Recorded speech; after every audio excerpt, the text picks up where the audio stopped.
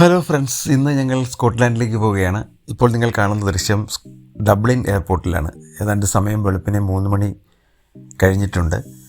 ഞങ്ങൾ ഗേറ്റിലേക്ക് മൂവരും നടന്നു പോകുന്ന ദൃശ്യങ്ങളാണ് നിങ്ങൾക്കിപ്പോൾ കാണാൻ സാധിക്കുന്നത്.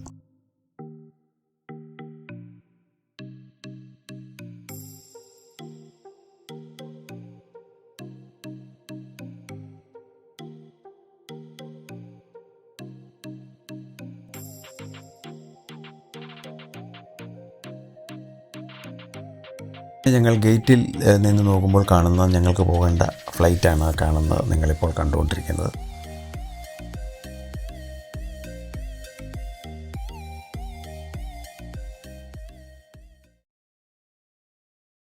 അവിടുന്ന് സ്കോട്ട്ലാൻഡ് എയർപോർട്ടിൽ നിന്ന് ഞങ്ങൾ പുറത്തേക്ക് പോകുന്ന ദൃശ്യമാണ്.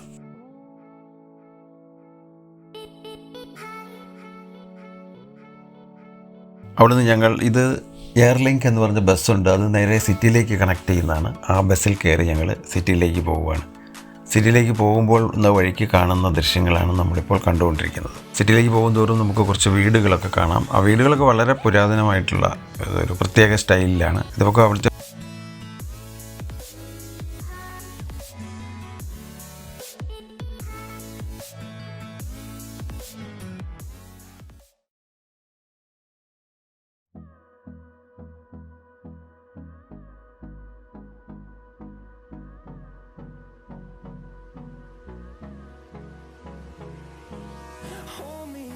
till I get up.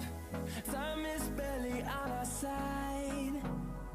Drive ഒരു ബസ്സുണ്ട്, ഹോപ്പ് എന്ന് പറഞ്ഞിട്ടുള്ള. അവിടെ നിന്ന് ഞങ്ങൾ ബുക്ക് ചെയ്തിട്ടുണ്ടായിരുന്നു. അപ്പോൾ അവർ അതിലാണ് ഞങ്ങൾ യാത്ര ചെയ്യുന്നത്. അപ്പോൾ ആ ബസ്സിൻ്റെ ദൃശ്യമാണ് നമ്മളിപ്പോൾ കാണുന്നത്. ഇത് മേളിലിങ്ങനെ ഓപ്പൺ ആയിട്ടിട്ടിരിക്കുന്നതാണ്. അങ്ങനെ ഞങ്ങൾ അവിടുന്ന് സ്റ്റാർട്ട് ചെയ്തു. വാട്ടർലൂ എന്ന സ്ഥലത്തു നിന്നാണത്.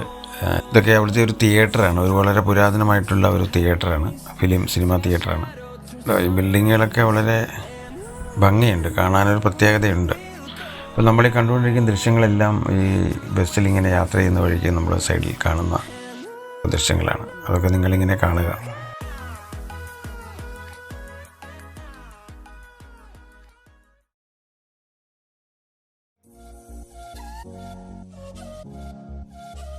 നമ്മളിപ്പോൾ കണ്ടുകൊണ്ടിരിക്കുന്നത് എഡിൻബർഗ് കാസിലാണ്.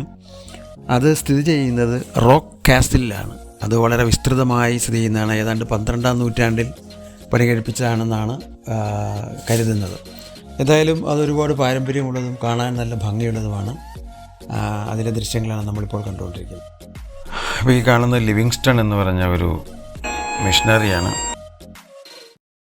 അവിടെ ഇങ്ങനെ സ്ട്രീറ്റിൽ ഇങ്ങനെ പാട്ട് പാടുന്നവരൊക്കെ ഉണ്ട്. നിങ്ങൾ ഈ പാട്ട് ഒരു പൈപ്പ് വായിക്കുകയാണ്.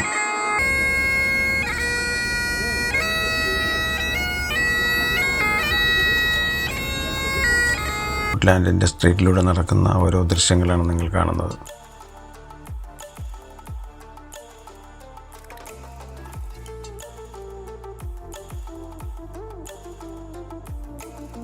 സ്കോട്ട്ലാൻഡ് നിങ്ങൾക്കറിയാം, സ്കോച്ചിൻ്റെ സ്ഥലമാണ്, വളരെ പ്രശസ്തമാണത്.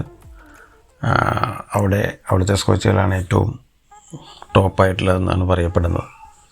അപ്പോൾ അവിടെ ഒരു സെൻറ്ററുണ്ട്, അതൊന്ന് കയറി കാണുകയാണ്. അതിനകത്ത് ഭയങ്കര ഭംഗിയാണ്. ഒരുപാട് വിലയുള്ള മദ്യങ്ങളും സ്കോച്ചുകളൊക്കെ ഉണ്ട്.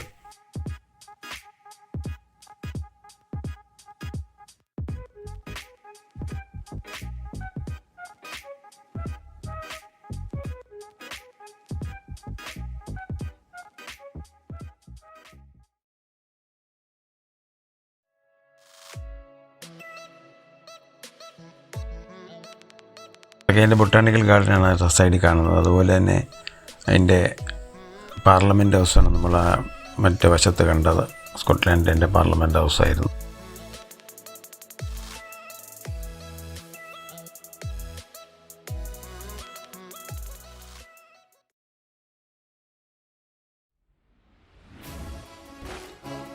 അങ്ങനെ ഒരുപാട് സിറ്റി മുഴുവൻ കറക്കി കാണിക്കുക. അതിനുശേഷം ഞങ്ങൾ മ്യൂസിയത്തിൽ പോയി. മ്യൂസിയത്തിലും കുറേ ദൃശ്യങ്ങളൊക്കെ ഉണ്ടായിരുന്നു. അതൊക്കെ ഞങ്ങൾ ഇതിനകത്ത് കുറച്ചൊക്കെ ഉൾപ്പെടുത്തിയിട്ടുണ്ട്.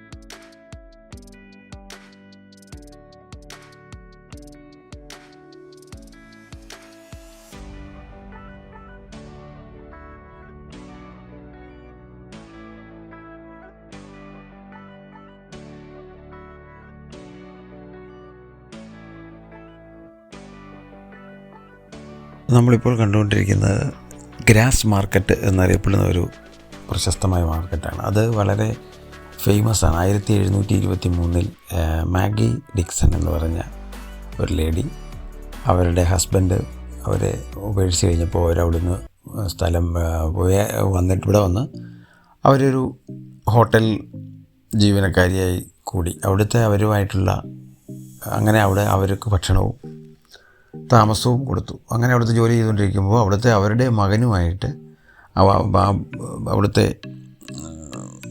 ഹോട്ടൽ റെസ്റ്റോറൻറ്റ് മുതലാളി ഓണറുടെ, അതായത് ലേഡിയായിരുന്നു അവരും, അവരുടെ മകനുമായിട്ട് ഇവർ പ്രേമത്തിലാവുകയും അങ്ങനെ അവർ ഒരു പ്രഗ്നൻ്റ് ആവുകയും ചെയ്തു. അതിൻ്റെ ആ കൊച്ചു പക്ഷേ മാസം തികയാതെ പ്രസവിച്ച് അതിനെ അവർ ഏതോ നദിയിൽ അവരുടെ കയ്യിൽ നിന്ന് താഴെ പോയി അത് മരിച്ചു പോയി. പിന്നീട് ആ ശവം കണ്ടെത്തി. അങ്ങനെ അവരെ എക്സിക്യൂട്ട് ചെയ്യാൻ തീരുമാനിച്ചു. അതായത് തൂക്കിക്കൊല്ലാൻ. അങ്ങനെ തൂക്കിക്കൊന്നു. അങ്ങനെ തൂക്കിക്കൊന്നു കഴിഞ്ഞിട്ട് ഇവരുടെ ശരീരവുമായിട്ട് ശവടക്കാനായിട്ട് പോകുന്ന വഴിയ സമയത്ത് ഇവർ പെട്ടെന്ന് പെട്ടിയിലൊരു ശബ്ദം കേട്ട് അവർ എഴുന്നേറ്റ് അവിടുന്ന് വന്നു. അങ്ങനെ അവർ രക്ഷപ്പെട്ടു. അവർ മരിച്ചില്ലായിരുന്നു. പക്ഷെ പിന്നീട് അവരെ തൂക്കിക്കൊല്ലാൻ വിധിക്കാൻ പറ്റില്ല. കാരണം ഒരിക്കൽ തൂക്കിക്കൊന്ന ഒരാളെ വീണ്ടും തൂക്കിക്കൊല്ലാൻ പറ്റാത്തത് കൊണ്ട് അവരെ വെറുതെ വിട്ടു. അങ്ങനെ വീണ്ടും അവർ പിന്നെ ഒരുപാട് വർഷം താമസിക്കുകയും ജീവിക്കുകയും അങ്ങനെ അവർക്ക് വീണ്ടും കല്യാണം കഴിക്കുകയും പിള്ളേരുണ്ട്. നമ്മളിപ്പോൾ കാണുന്ന ഈ സെൽറ്റിക് ജ്വല്ലറി എന്ന് പറയുന്നത്, ഇത് ഭയങ്കര രസമാണ്. ഇവരകത്ത് ഇതിൻ്റെ ഓരോ ജ്വല്ലറിയാണ്. ജ്വല്ലറി എന്ന് പറഞ്ഞാൽ ഗോൾഡല്ല, മറ്റ് സിൽവറുകൾ കൊണ്ടുള്ളതാണ്. അത് അവരുടെ ഒരു മാർബിളുണ്ട്. മാർബിൾ എന്ന് പറയുന്നത് അതൊരു ഭയങ്കര പ്രത്യേകതയുള്ളതാണെന്നാണ് അവർ വിശ്വസിക്കുന്നത്. അപ്പോൾ ഇതൊരു സെൽറ്റിക് മിത്തോളജിയിലാണ് ഉണ്ടാക്കുന്നത്. ഒരു ട്രിനിറ്റി കോമ്പിനേഷനാണെന്നാണ് പറയുന്നത്. അത് അവർ ഉപയോഗിക്കുന്ന ഇപ്പോൾ അവിടുത്തെ അതിൻ്റെ ഷോപ്പ് കീപ്പറാണ്. ഷോപ്പ് കീപ്പർ എന്ന് പറഞ്ഞാൽ അവരാണ് തന്നെയാണ് മുതലാളി, ഷർലി എന്ന് പറഞ്ഞാൽ അവരതിനെപ്പറ്റിയാണ് എക്സ്പ്ലെയിൻ ചെയ്യുന്നത്, അവരുടെ ആ ട്രിനിറ്റി മിത്തോളജി എന്താണെന്നുള്ളത്. പിന്നീട് നമ്മളൊരു ക്രിസ്മസ് ഷോപ്പിൽ കയറി. അത് ക്രിസ്മസിൻ്റെ ഐറ്റംസ് മാത്രമേ ഉള്ളൂ. ഭയങ്കര പ്രത്യേകതകളാണ് ഇവിടുത്തെ ഷോപ്പുകൾക്കെല്ലാം. ഓരോരോ ഭയങ്കര ട്രഡീഷണൽ ആയിട്ടുള്ള സംഭവങ്ങളൊക്കെയാണ് അവിടെ കാണാൻ സാധിക്കുന്നത്. എന്തായാലും വളരെ ഭംഗിയായിരുന്നു എല്ലാം. നമുക്കൊരു വളരെ പ്രത്യേകത തോന്നും നമുക്ക്. അങ്ങനെ ഇന്ന് ഞങ്ങളുടെ പരിപാടിയൊക്കെ അവസാനിപ്പിച്ച് ഞങ്ങൾ തിരിച്ച് അയർലൻഡിലേക്ക് പോന്നു.